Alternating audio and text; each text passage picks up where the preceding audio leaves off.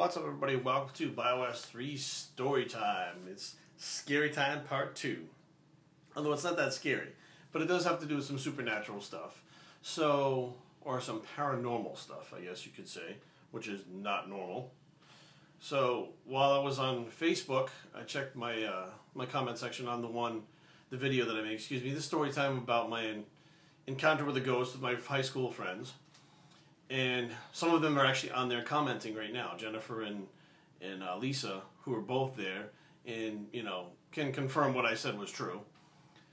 And someone asked me, I think it was Martin, said, have you had any other things happen? I see things out of the corner of my eye sometimes, and your peripheral vision is actually a lot sharper than your vision in the front. So you may see something like this, and when you turn, it's gone because you actually pick it up faster here. It's kind of a survival thing where if something's coming from here, you need to be able to see it faster and clearer than you would here.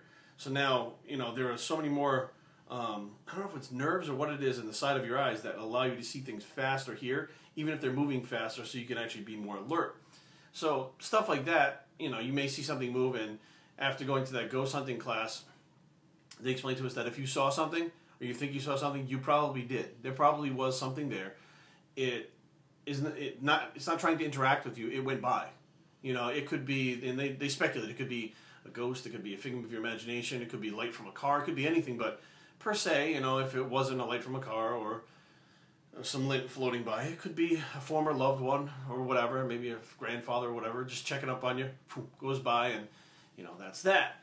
Now, that being said that, I've seen things like that, that's really not a big deal. Another paranormal thing that happened, continues to happen here and there, was more frequent before. I've told you guys about my cousin Christopher, who passed away to the drunk driving accident. I wear his weightlifting belt to the gym. It was a very powerful loss to everyone in my family, and I very much so lost a piece of myself at the same time. It actually helped spiral my drug addiction out of control, even worse than it was already, and the impact that it had, it's scarring. It's very scarring. And being of Portuguese descent, the Portuguese people believe very much so in psychics and fortune tellers and stuff like that. And my family being no different. My mom and my aunt go to these fortune tellers or psychics or whatever you call it. My mom loves the psychics. She loves this stuff. And my aunt went to one, my cousin's mother, my Auntie Lori. So she goes to this fortune teller, psychic, whatever, and you pay whatever the money is, and you sit down, and she says, I see someone around you who's a young man, da da da da da. The battery got cut off, so here we are splicing the video back together. So my aunt goes to this fortune teller. They tell her that there's this young man around her, and he knows that she's got a lot of grief and a lot of pain, a lot of sadness because of what happened to him, which could be total bullshit, but whatever. Excuse me. And then she goes on to tell her that he's saying he's okay. He's fine. He's not in any pain. He's great where he is. But he's right there beside her, and he always is watching out for her. So now you start to go, alright, she gets some things right. It could be a shot in the dark, whatever. Well, the next thing she says really freaked everybody out. She said, did you find a $100 bill, a brand new $100 bill in your wallet, folded perfectly on your birthday? So my aunt says, yeah. She says, Christopher put it there. Now my aunt was like, because she had approached my other two cousins, her two daughters, said, did you put this money in my wallet for my birthday? And they were like, no, stop it, whatever. It was such a, not a big thing that nobody thought anything about it. It was kind of a joke. They thought she was joking with her. My aunt thought they were joking with her.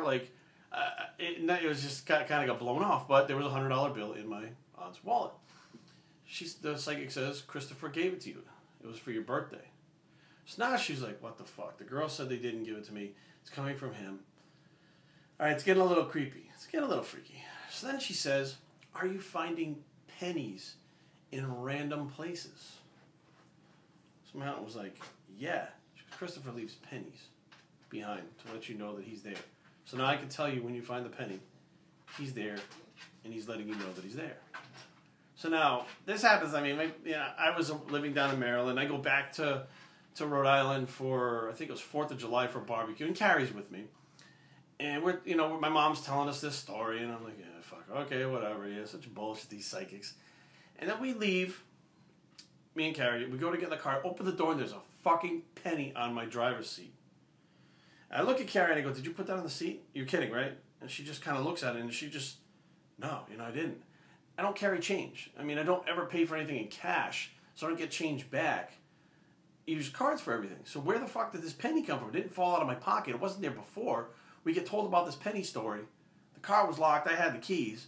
No one could have put it in there. How the fuck did it get there? Random, right? So then I start finding pennies in the most fucking random places. Just walk by, all of a sudden there's a penny on my fucking desk at home. What the fuck? Where did the penny come from? Carrie's not home. It wasn't there before. Where the fuck did it come from? So now I'm starting to say, you know what, maybe, because I still have a lot of trauma from it too. Maybe that's his way of, hey, the penny, you heard about the story, here it is. Everything's good. I'm fine. And then, another instance, my mom had a heart attack. And she was having some complications afterwards. They put a stent in, etc. And she said she went to the bathroom and there was a fucking penny in the bottom of the toilet. So she's like, what the fuck? Whatever. She flushed the toilet. Everything went down except the penny. So she's like, what the fuck? So my mom is very religious. She believes that, you can talk to dead people and they'll hear you. So she says, okay, Christopher, I know you're there. I know you're watching out for me. I know everything's going to be okay. So she goes to the doctor. It has everything done that she needs to do, the stints and the tests and all that stuff. That's done. This is like 3 days after she found the penny. Meanwhile, my mom, my brother, my dad have been using the toilet for 3 days and the fucking penny is still in there. She gets the news that everything is okay. The stints are working fine. Blood flow is fine. Everything's okay. She goes home. The penny's there. She flushes the toilet. The fucking penny goes away and goes down the toilet. After she got the news that everything's going to be okay. Now, this stuff, you can't explain it. It could be complete coincidence. It could be complete, bullshit. But could it be? Could it possibly be Christopher doing these things?